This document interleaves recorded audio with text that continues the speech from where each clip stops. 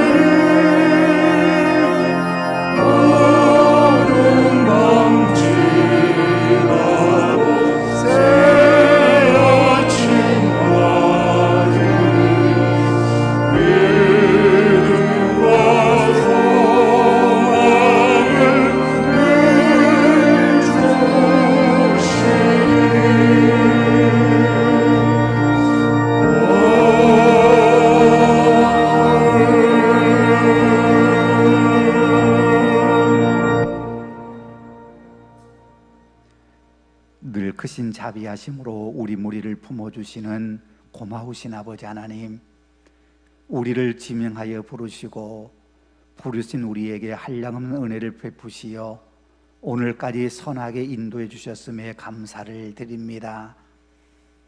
오랫동안 지속된 무더위 속에서 우리의 건강을 지켜주시고 우리의 삶의 자리에 동행해 주심은 우리로 주님의 영광을 위해 살게 하심인데, 우리는 주님의 선하신 뜻을 따르지 못하고 욕심과 게으름 가운데 살아왔음을 고백합니다. 믿음의 사람이 믿음의 사람답게 살지 못했고 주님의 제자인 우리가 제자답게 살지 못했습니다. 하나님의 구속의 은총을 입어 하나님의 백성이 되었음에도 하나님의 백성다운 모습을 잃어버린 채 살기도 했습니다. 힘들 때일수록 더욱 주님을 가까이 하고 주님의 손을 꼭 붙잡아야만 하는데 우리는 힘들다는 것을 핑계 삼아 하나님에게서 멀어졌고 하나님의 은혜 안에 거하지 못한 채 살아왔습니다. 우리의 내면과 우리의 삶 속에 깊숙이 뿌리박혀 있는 죄로부터 자유로워지지 못하고 여전히 죄의 지배를 받으며 살기도 했습니다. 하나님, 이 시간 고백하는 우리의 죄를 용서해 주시고 용서받은 우리가 이제는 세상을 쫓아가지 않고 오직 십자가를 진 주님의 뒤를 따라 바른 믿음과 희생과 사랑으로 새 역사를 창조해가는 믿음의 선한 일꾼들 되도록 크신 은혜와 능력으로 늘 함께하여 주옵소서. 이제 또 내 안에 남아있는 죄와 허물을 하나님 앞에 내어놓고 침묵으로 참회의 기도를 계속 드립니다.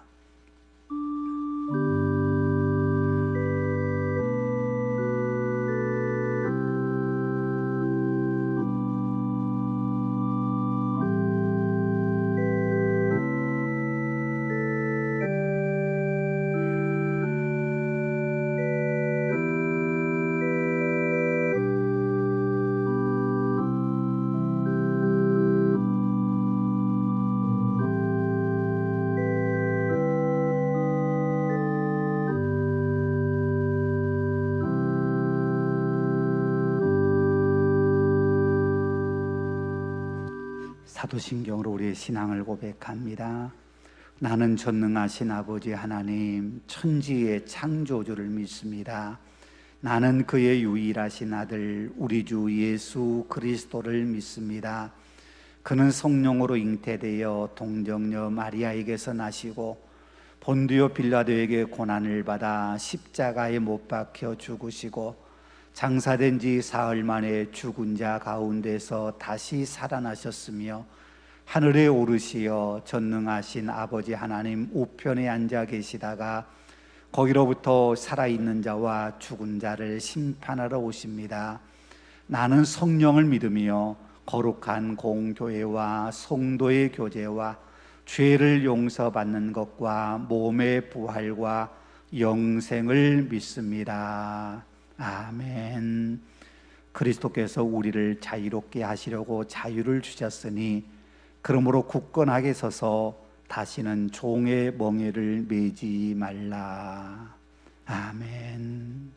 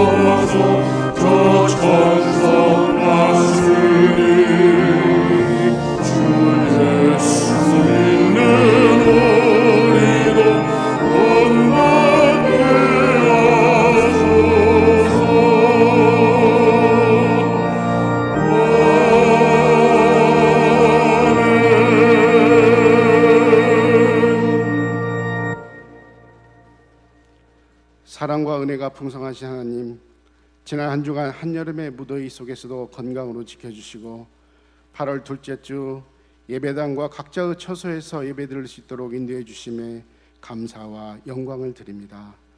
이 시간 지난 한 주간 행했던 불신앙의 모습에 용서를 구하오니 우리들의 부족한 삶을 새롭게 변화시켜 주옵소서.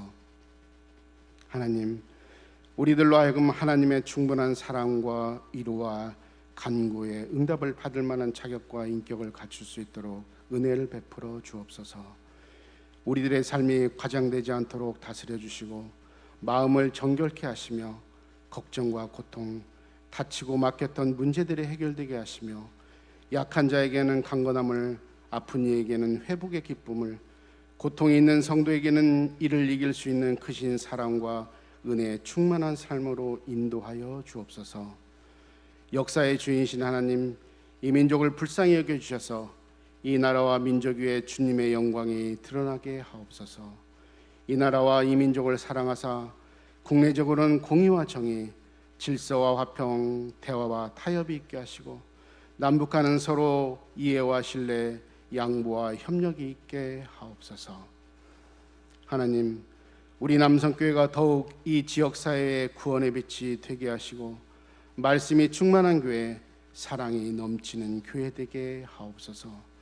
유치부, 아동부, 청소년부의 여름 성경학교와 수련회가 잘 마칠 수 있도록 은혜 주심에 감사드리며 계획된 청년부 수련회를 통해서도 많은 청년들이 하나님의 은혜를 몸소 체험케 하여 주옵소서. 수고하고 협력한 교역자와 교사, 보이지 않는 곳에서 여러모로 헌신한 성도들에게 하나님께서 예비하신 복을 충만히 내려주시고 교사들이 자신의 부족함을 느끼거나 피곤함을 느낄 때마다 힘을 주시고 능력을 주시며 우리 청소년들도 믿음의 길을 벗어나지 않도록 항상 살펴주시고 하나님께서 주신 담대함으로 비전을 이루기 위해 노력하게 하옵소서. 이번 주일은 특별히 기독교 대학주일로 지키게 됩니다. 입학정원의 감소와 반기독교적 사회 정서로 인해 기독교 대학들이 신앙과 전통을 기반으로 하는 교육에 어려움에 직면해 있사오니 바라옵교는 기독교 정신에 입각한 신앙과 학문을 추구하며 세상에 선한 영향력을 끼칠 수 있는 인재를 양성하는 기관으로의 사명을 잘 감당하게 하여 주옵소서. 코로나19를 통하여 우리들의 삶과 신앙을 되돌아보게 하시고 더 많은 치료제와 백신이 속히 개발되어 백신이 원활히 공급되고 접종되어 사회 전반의 모든 일상과 우리들의 신앙생활과 교회의 사역이 온전히 회복되는 은혜를 허락하여 주옵소서.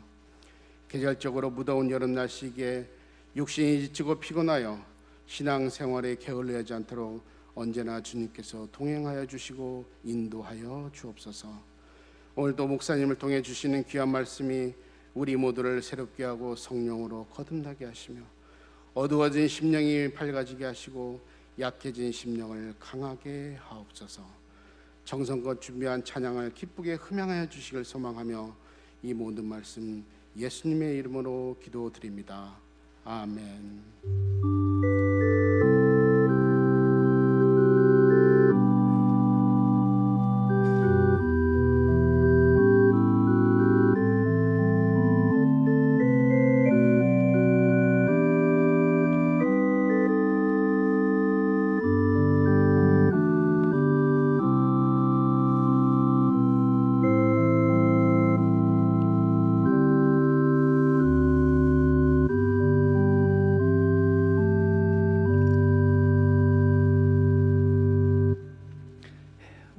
주신 하나님의 말씀은 신약성경 누가복음 17장 5절로 10절 말씀입니다.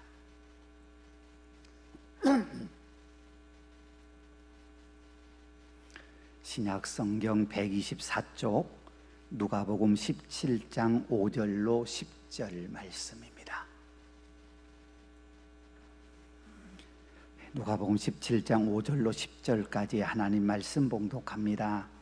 사도들이 주께 여짜오되 우리에게 믿음을 더하소서 하니 주께서 이르시되 너에게 겨자씨 하나일 만한 믿음이 있었더라면 이 뽕나무더러 뿌리가 뽑혀 바다에 심기어라 하였을 것이요 그것이 너희에게 순종하였으리라. 너희 중 누구든 누구에게 밭을 갈거나 양을 치거나 하는 종이 있어 밭에서 돌아오면 그더러 곧 와 앉아서 먹으라 할 자가 있느냐? 도리어 그더러 내 먹을 것을 준비하고 띠를 띠고 내가 먹고 마시는 동안에 수종 들고 너는 그 후에 먹고 마시라 하지 않겠느냐? 명한 대로 하였다고 종에게 감사하겠느냐? 이와 같이 너희도 명령을 받은 것을 다 행한 후에 이르기를 우리는 무익한 종이라 우리가 하여야 할 일을 한 것뿐이라 할지니라. 아멘.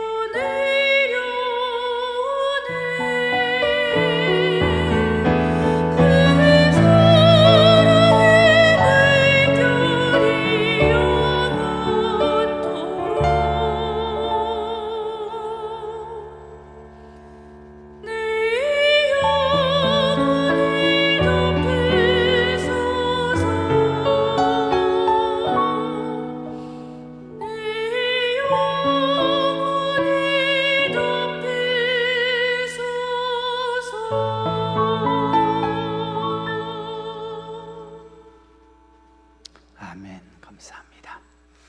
우리 비전 선언을 함께 선포하겠습니다. 우리는 구원의 감격으로 가정에는 행복이 회복되고 교회에서는 웃음이 피어나고 이웃에게는 기쁨을 나누는 하나님의 공동체를 만들어 간다. 아멘. 지난주 뉴스에 나온 한 꼭지 영상을 같이 보시겠습니다. 지난 4일 도쿄올림픽 복싱 라이트 헤비급 결승전에서 영국의 선수 벤자민 휘터커가 쿠바 선수에게 판정 패하여 은메달을 받게 되었습니다. 비록 결승전에서 승리하지 못해 은메달을 땄지만 그는 많은 사람들에게 응원의 박수를 받아야 마땅했습니다. 그런데 그는 시상식에서 자신이 받은 은메달을 목에 걸지 않고 주머니에 감추어 버립니다. 그리고 기념 촬영할 때만 잠시 주머니에서 꺼냈습니다. 금메달을 따지 못한 것에 속이 상해서 그랬다는 것입니다. 그는 언론과의 인터뷰에서 자신은 실패했다고, 자신은 실패자라고 말했습니다. 금메달을 따기 위해서 훈련해 왔는데 금메달을 따지 못했기 때문에 자신은 실패자라는 것입니다. 여러분 어떻게 생각하십니까? 그가 실패자입니까? 물론 올림픽뿐만 아니라 모든 경기에 참여하는 선수는 경기에 이기려는 마음이 있습니다. 그러나 모든 사람이 다 이기는 것은 아닙니다. 이기기 위해서 열심히 노력하지만 반드시 패하는 사람이 있기 마련입니다. 그러면 경기에서 패하는 사람은 모두 실패자일까요? 히터커라는 영국의 복싱 선수는 이번 올림픽에서 단 한 번 졌을 뿐입니다. 그는 결승전에 올라올 때까지 많은 사람과 경기해서 이겼습니다. 그러면 그와 경기를 치러 진 사람들은 그보다 더한 실패자입니까? 결승전에 승리하지 못한 사람이 실패자라고 한다면 결승전에 오르지 못한 사람들은 더 큰 실패자라고 말해야 합니까? 다른 경기 이야기를 해보겠습니다. 12개 팀이 참가한 경기에서 12등을 한 우리나라 선수들이 기립박수를 받는 경기가 있었습니다. 참가한 팀 가운데 맨 꼴등을 했는데 기립박수를 받았다는 것이 쉽게 이해되지 않습니다만 사연은 이렇습니다. 우리나라 럭비팀은 실업팀이 단 3개밖에 없다고 합니다. 그 실업팀 중에서 선발되어 모인 선수로 국가대표팀이 구성되었고 국가대표 가운데는 직장에서 직장인으로 일하면서 훈련에 참가하는 선수들도 많았다고 합니다. 우리나라 럭비의 세계 랭킹은 31위에 불과합니다. 그런데도 12개 팀이 참가하는 도쿄올림픽에 참가할 수 있는 자격을 획득하게 되었습니다. 한국 럭비 역사 100년 만에 처음 있는 일이었습니다. 그리고 결과는 5전 전패입니다. 그 5번의 경기 중에서 얻은 점수는 총 29점, 그리고 실점한 점수는 무려 290점입니다. 세계적인 팀들과의 경쟁에서 경쟁이 되지 않는 수준이면 틀림없습니다. 그런데도 한국 럭비팀은 많은 국민들에게 희망을 주었고 경기장에서는 기립박수를 받게 되었습니다. 럭비 국가대표팀이 모든 경기를 마치고 일찍이 귀국했을 때 우리나라에서는 열심히 싸워준 그대들이 자랑스럽습니다 라는 현수막을 들고 그들을 환영해 주었습니다. 그리고 대한럭비협회 회장은 이렇게 말을 합니다. 결과를 막론하고 지금까지 대한민국 럭비를 대표해서 세계 무대에서 투혼을 보여준 선수들에게 존경과 감사의 마음을 전합니다. 여러분, 그렇습니다. 꼭 1등을 해야만 하는 것은 아닙니다. 물론 1등을 해서 금메달을 따는 선수들에게는 아낌없는 박수와 축하를 보내야 하겠지요. 그리고 금메달을 따지 못한 선수들, 심지어는 메달권에 들지도 못한 선수들이 모두 실패자이거나 비난받아야 하는 것은 아닙니다. 몇 등을 했느냐 하는 것보다 그들이 그 경기를 치르기 위해서 얼마나 열심히 땀 흘려 노력했고 또 모든 경기에서 얼마나 최선을 다했는가가 더 중요합니다. 그래서 우리는 1등을 한 선수의 이름만 기억하는 것이 아니라 나라의 명예를 걸고 열심히 싸워준 모든 선수에게 존경과 경애의 박수를 보내주어야 합니다. 이번 올림픽에서 금메달을 3개나 목에 건 양궁의 안산 선수에게나 동메달을 획득한 체조의 여서정 선수에게도 박수를 보내야 하고, 비록 메달을 따지 못했지만 우리에게 깊은 감동을 준 탁구의 신유빈 선수나 높이뛰기의 유상혁 선수에게도 박수를 보내주어야 합니다. 비록 결승에 진출하진 못했지만 매 경기 감동의 드라마를 만들어낸 여자 배구 선수들에게 아낌없는 박수를 보내야 합니다. 그들뿐만 아니라 모든 선수들은 박수를 받아야 마땅합니다. 비록 그들 가운데는 중요한 경기에서 실수를 한 선수도 있습니다. 그러나 그들이 국가대표가 되어 경기하는 그 자리에서 최선을 다하지 않거나 일부러 져주기 위해서 경기를 대충 하는 사람은 아무도 없을 겁니다. 모두 최선을 다했지만 기대하는 만큼의 성적을 얻지 못한 선수들이 의외로 많습니다. 그럴지라도 우리는 기꺼이 그들의 노력에 박수를 보내야 합니다.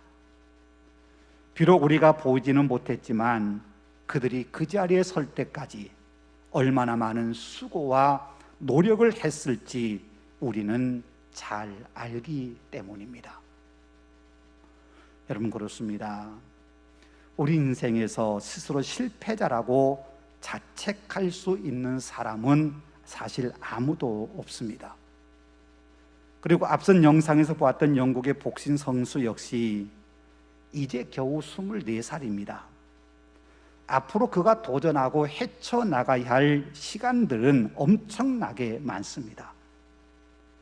지금 자신이 실패자라고 자책하고 포기해버린다면 그것이야말로 진짜 실패자입니다. 우리는 계속해서 넘어졌다가 다시 일어서고 쓰러질지라도 다시 용기를 내어 뛰어왔습니다.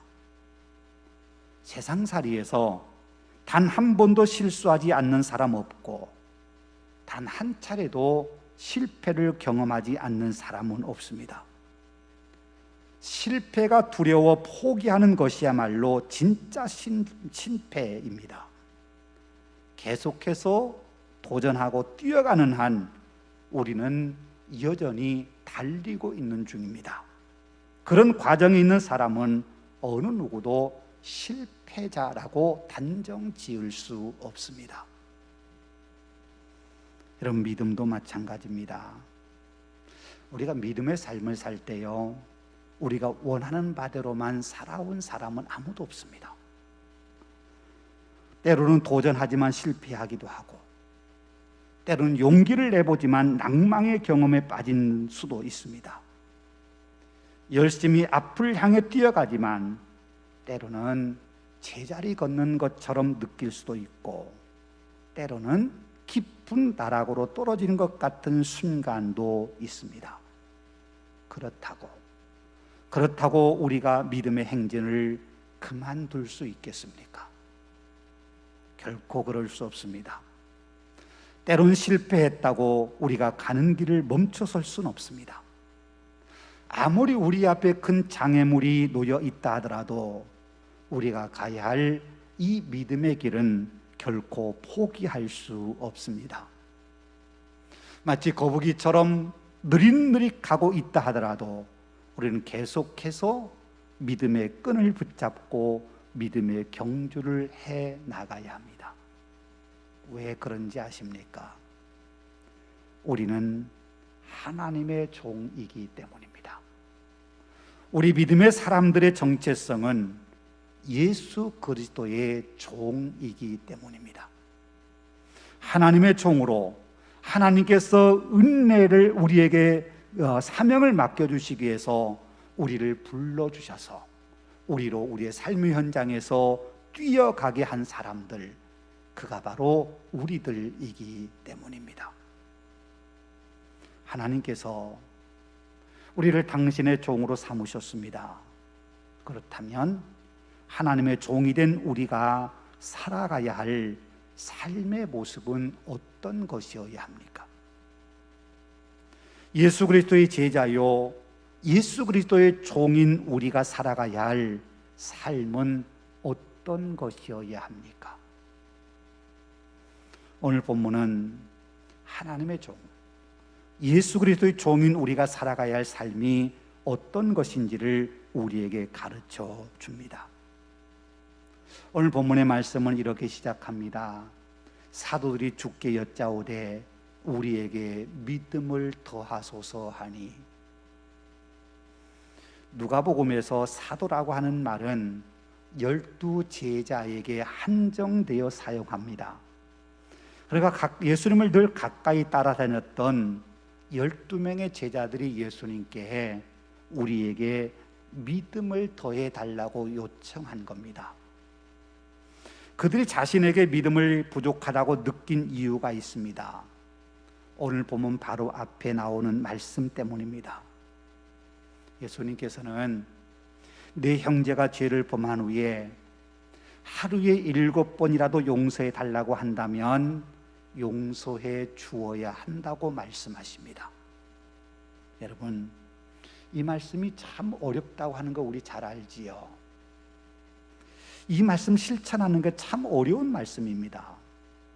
누군가가 우리에게 죄를 범해서 우리로 화나게 한 후에 내가 잘못했으니 용서해 주세요, 그렇게 요청한다면 아마 한두 번은 용서하겠지요.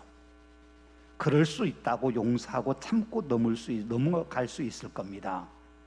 그런데요, 하루에 7번이나 그런다면 그 사람 우리가 쉽게 용서할 수 있겠습니까? 아주 너그러운 마음을 가지고 용서한다고 해도 아마 3번 용서한다면 그래도 그 사람은 성인군자 같은 사람이다, 그렇게 칭찬받을지 모릅니다. 그런데 예수님께서는 하루에 7번이라도 용서하러 오는 사람에게 용서해 주어야 한다고 말씀하십니다. 그 말씀을 들은 제자들의 마음이 어떻겠습니까? 아니, 어떻게 7번이나 용서를 해줘? 그것도 하루에 7번이나 잘못했다고 내 속을 7번이나 긁고 나를 힘들게 했는데 어떻게 매번 용서해줘? 아마 그런 생각 들지 않았겠습니까?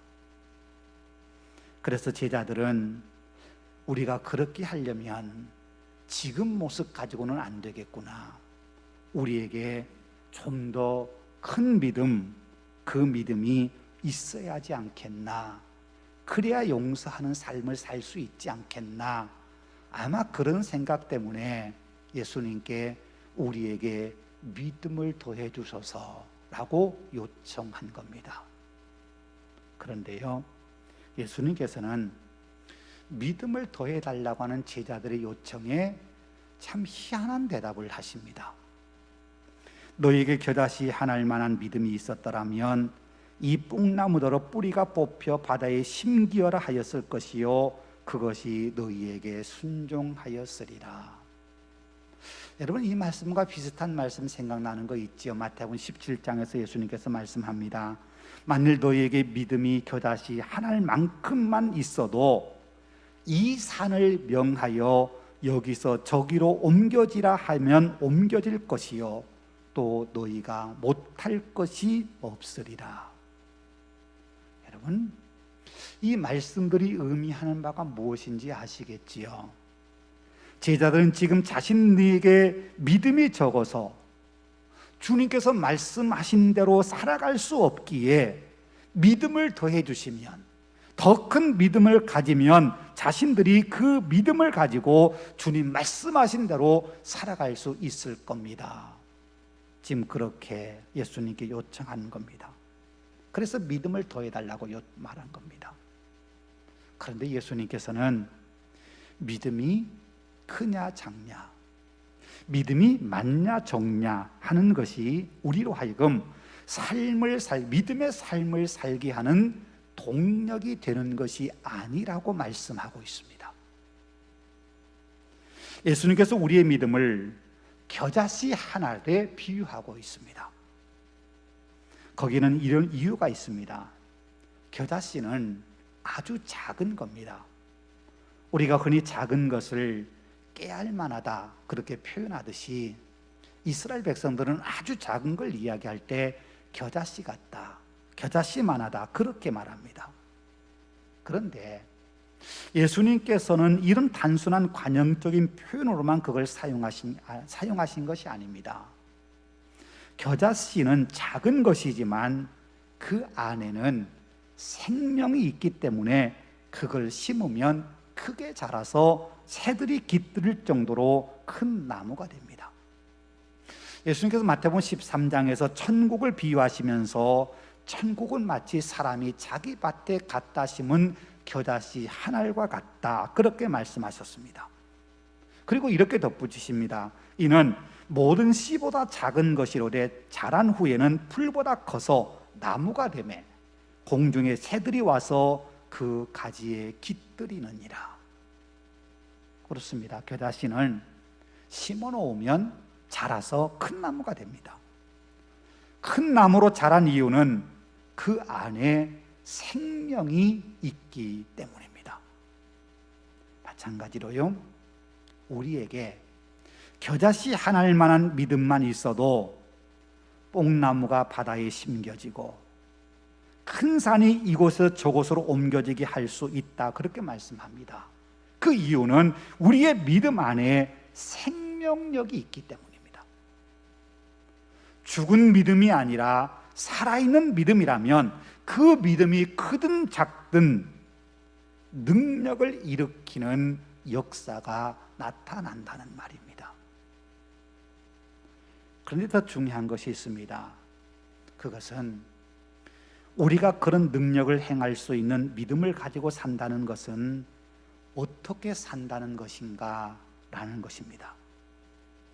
뽕나무가 뿌리째 뽑혀 바다에 심겨지고 큰 산이 이쪽에서 저쪽으로 옮겨질 만큼 살아있는 믿음으로 사는 믿음의 사람들은 그럼 초인적인 능력을 갖고 산다는 것일까?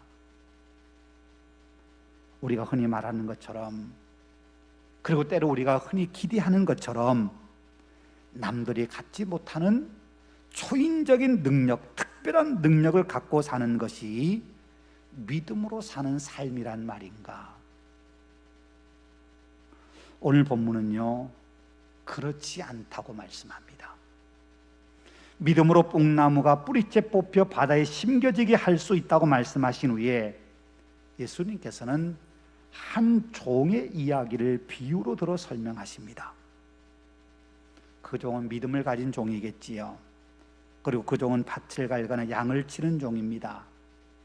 하루 종일 밭을 가는 종이 일하기 싫다고, 주님, 내일 아침 일어날 때 밭에 전부, 이 밭이 전부 갈아 엎어지게 해주십시오. 씨 뿌리기 귀찮은데 제가 여기 바구니에 씨를 가득 담아 놓을 테니 내일 아침이 되면 씨가 다 뿌려지게 해주십시오. 여러분, 그렇게 기도한다면, 그리고 그대로 될 줄 믿는 믿음을 갖고 있다면 그렇게 되는 겁니까? 믿음의 사람은 그렇게 기도해도 되는 겁니까? 여러분, 그건 믿음의 사람들이 살아야 할 삶의 모습이 아닙니다. 믿음의 사람들은 열심히 밭에서 일하는 사람입니다. 양을 돌보는 일을 한다면 양을 먹이고 맹수로부터 양을 지키기 위해서 목숨 걸고 맹수와 싸워야 합니다. 다윗이 그랬던 것처럼 말입니다. 그리고 밖에서 일을 마치고 집에 들어오면 집안일도 해야 됩니다. 주인의 저녁상을 차려야 하고 집안 청소도 해야 됩니다. 주인이 식사하는 동안에는 주인 곁에서 식사의 수종을 들어야 합니다. 그게 종이 해야 할 일입니다. 여러분, 예수님께서 믿음의 이야기를 하시다가 왜 이런 종의 비유를 말씀하신 겁니까? 그게 바로 믿음의 사람들이 살아가야 할 삶의 모습이기 때문입니다. 믿음이 능력이라고 하는 것은 우리의 삶에 우리가 기대하는 기적과 능력이 일어난 것, 그걸 의미하는 것이 아니기 때문입니다. 진정한 능력은 오늘 내가 살아갈 삶을 최선을 다해 사는 겁니다. 하나님의 영광을 위해서 말입니다. 여러분, 사도 바울 생각해 보십시오. 그런 엄청난 능력을 행하는 선지자 사람이었습니다. 루스드라에서는 나면서부터 한 번도 걸어보지 못한 사람을 이렇게 세워 걷게 했습니다. 드로아에서는 위층 다락에서 떨어져 죽은 청년 유두고를 살리기도 했습니다. 그런 능력을 행하는 사도 바울이었지만 그는 그 능력을 자신을 위해서는 단 한 번도 사용하지 않았습니다. 그는 매 순간 복음에 붙들려 자신에게 주어진 사명을 감당하는 데 최선을 다한 삶을 살았습니다. 때로는 돌에 맞아 죽을 지경에 이르렀고, 때로는 매질을 당해 고통을 겪어야 했고, 때로는 굶주리기도 했습니다. 그럼에도 그에게 믿음이란 그런 고통과 어려운 순간을 벗어나는 것이 아니라 어떤 형편에서든지 자신에게 주어진 사명을 위해서 목숨 걸고 최선의 삶을 사는 것이었습니다. 그게 바로 오늘 본문에서 우리에게 말씀하신 예수님의 교훈과 같습니다. 뜨거운 태양 아래 밭에서 수고한 종이지만 그가 집에 돌아와서는 주인을 섬기고 주인이 식사하는데 끝까지 수종을 들어야 됩니다. 그리고 난 후에야 그는 먹고 마시며 쉴 수 있습니다. 여러분, 그렇습니다. 우리가 믿음으로 산다고 하는 것은 내게 주어진 삶의 자리에서 최선을 다하는 겁니다. 요셉이 자신에게 주어진 삶을 최선을 다해 성실하게 살아갈 때 그의 주인 보디발이 요셉과 함께 하시는 하나님의 은혜를 보게 됩니다. 그의 주인이 여호와께서 그와 함께 하심을 보며 또 여호와께서 그의 범사에 형통하게 하심을 보았더라.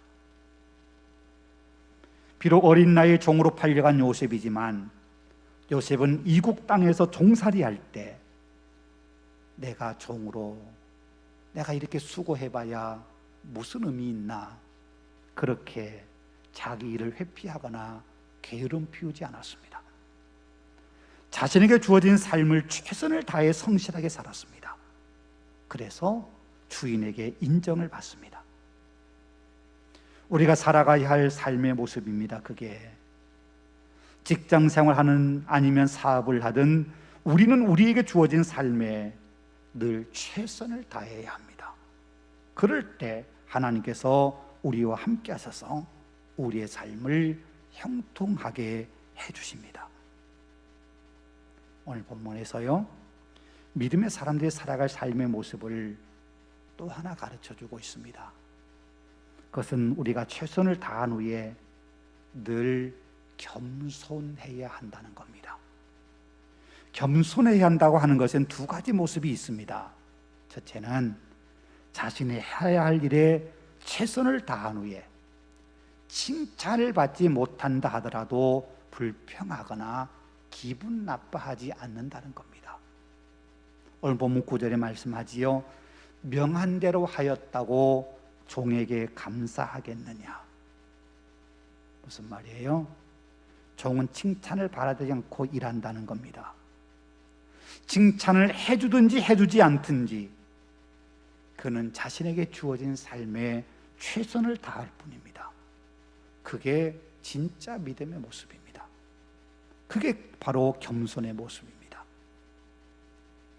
겸손의 또 다른 모습은 나는 당연히 해야 할 일을 했을 뿐이라고 말하는 겁니다. 자신이 한 일, 자신이 세운 공적을 내세우지 않습니다. 그저 나는 주어진 일을 했을 뿐이라고 생각합니다. 그러면서도 나는 무익한 종입니다 라고 말합니다.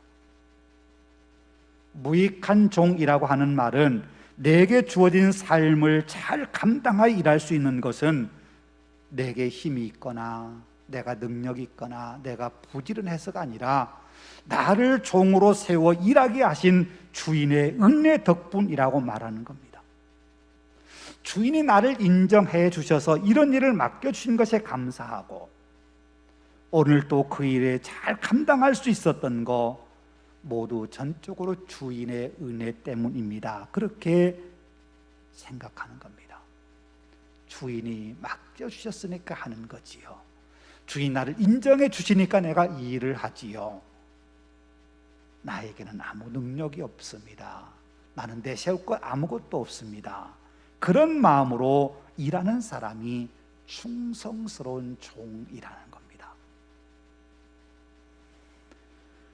특별히 우리가 믿음의 사람이 될 수 있었던 것은 전적으로 하나님의 은혜 때문 아닙니까? 그렇지요? 독생자 예수님을 이 땅에 보내주시고 그 독생자 예수님을 우리 대신 십자가에 죽게 하심으로 우리 죄를 용서하시고 우리를 구원하셨습니다. 그래서 우리가 믿음의 사람이 되었습니다. 우리로 하나님의 종이 되게 하신 것은 전적으로 하나님의 은혜입니다. 예수 그리스도의 십자가 은혜 덕분입니다. 그 은혜를 잊지 않는다면 우리는 결코 우리의 삶을 헛되이 살 수 없습니다. 우리가 무엇을 하든 우리가 한 것에 대해서 우리 스스로 자랑할 수 있는 것은 아무것도 없습니다. 우리가 구원받은 것도 하나님의 은혜요. 우리가 여전히 믿음으로 우리에게 주어진 삶을 살 수 있는 것도 모두가 다 하나님이 우리에게 그렇게 할 수 있는 은혜를 주셨기 때문입니다. 여러분, 우리는 믿음의 사람입니다. 하나님께 세상에서 구원하여 하나님 백성 되게 하신 하나님의 종입니다. 우리의 삶을 살아감에 있어 우리를 종으로 부르시고 우리를 구원하여 당신 백성 삼으신 하나님의 은혜를 잊지 말고 사십시다.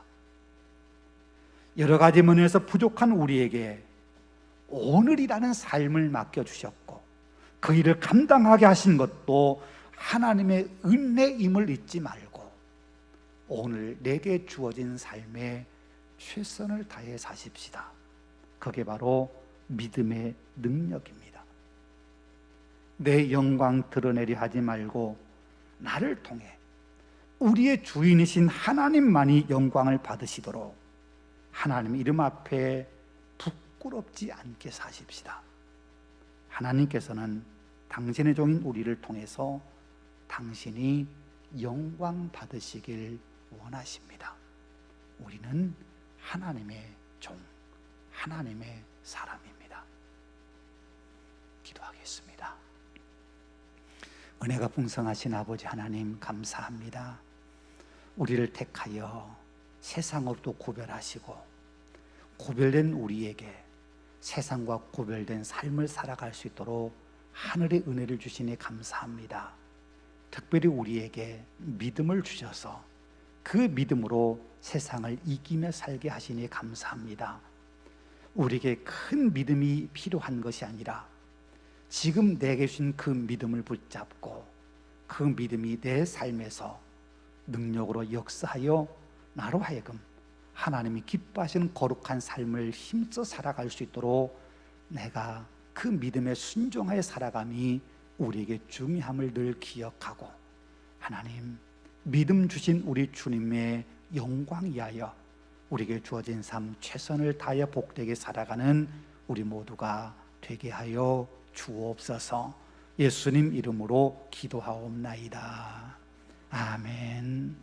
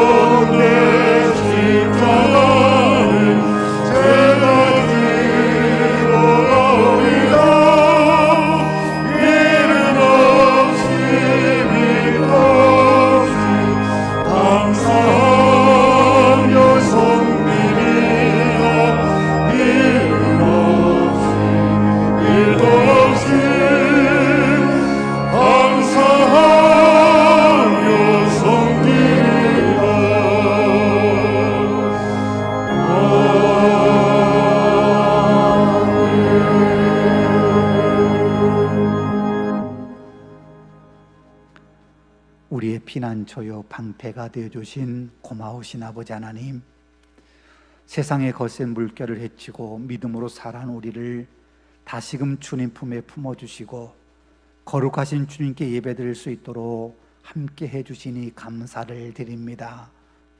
우리의 부르짖음에 응답해 주시고 깊은 웅덩이와 수렁에서 건져주시며 전염병의 재앙으로부터 우리를 보호해 주심도 감사드립니다. 때론 힘들고 때론 마음 아파하고 때론 고통스러운 삶을 살아가야 할 우리를 끝까지 사랑하시고 필요한 은혜를 때를 따라 공급해 주심도 감사드립니다. 지난 한 주간도 그런 은혜 안에 살아온 우리들이 이젠 우리의 정성이 가득 담긴 귀한 예물 주님 앞에 봉헌합니다.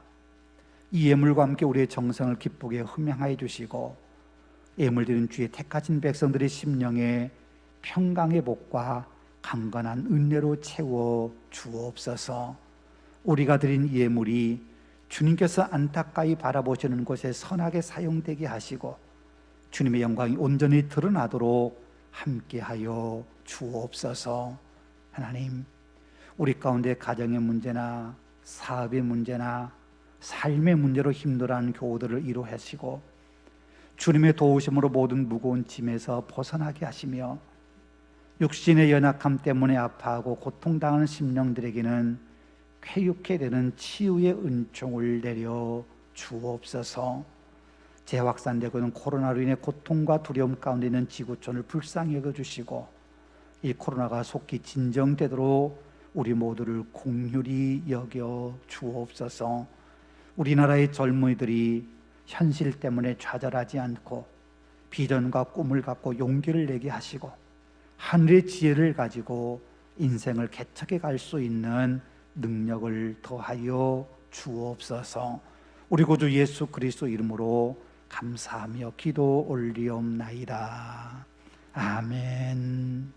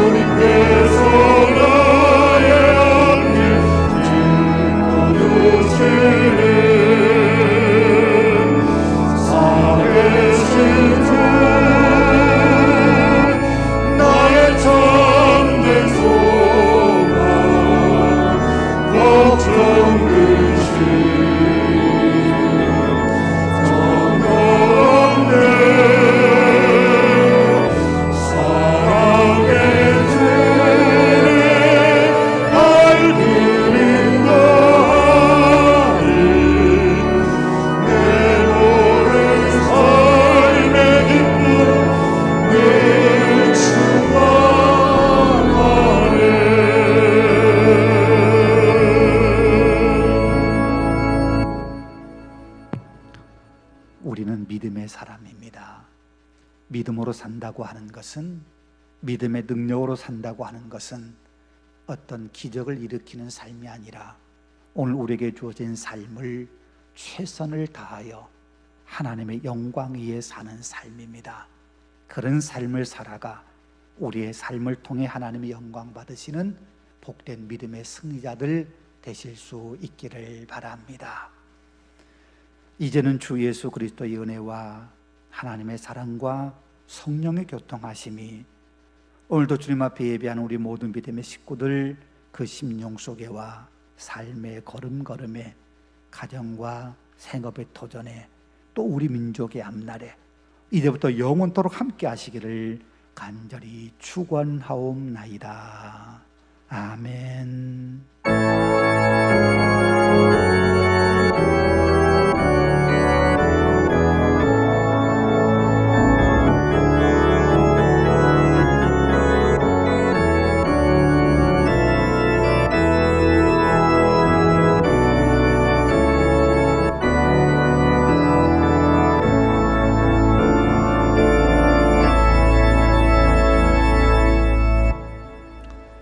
자리에 앉으시고 옆에 있는 앞대문과 인사하겠습니다. 반갑습니다.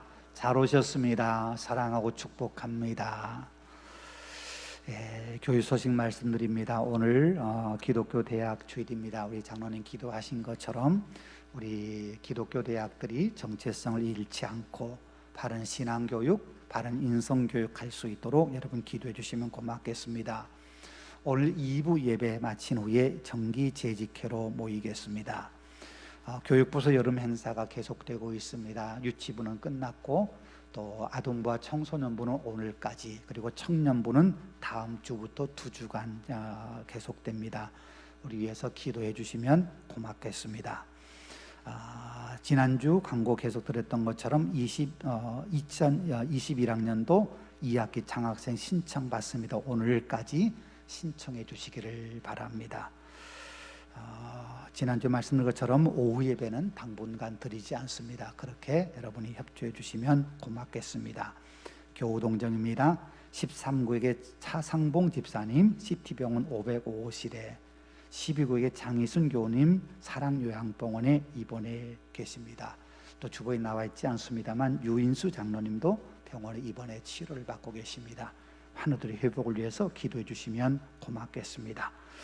우리 지난주에 암송할 말씀 먼저 한번 읽어보겠습니다. 야고보서 1장 5절 말씀입니다. 우리 같이 한번 읽습니다. 너희 중에 누구든지 지혜가 부족하거든 모든 사람에게 후히 주시고 꾸짖지 아니하시는 하나님께 구하라. 그리하면 주시리라. 야고보서 1장 5절 말씀 우리 한번 같이 암송할까요? 너희 중에 누구든지 지혜가 부족하거든 모든 사람에게 후히 주시고 꾸짖지 아니하시는 하나님께 구하라. 그리하면 주시리라. 야고보서 1장 5절 말씀. 이번 주 암송할 말씀 이사야 43장 11절 말씀입니다. 짧은 말씀입니다. 우리 같이 먼저 읽겠습니다. 나 곧 나 여호와라. 나 외에 구원자가 없느니라. 이사야 43장 11절 말씀. 뒤에 잘못 나왔습니다. 이사야 43장 11절입니다. 이 말씀 이번 한 주도 우리가 묵상하시고 또 암송하시면서 주님으로 인하여 승리의 삶 살아가실 수 있기를 바랍니다. 우리 옆에 분들 향하여 축복이나 우리 함께 하겠습니다.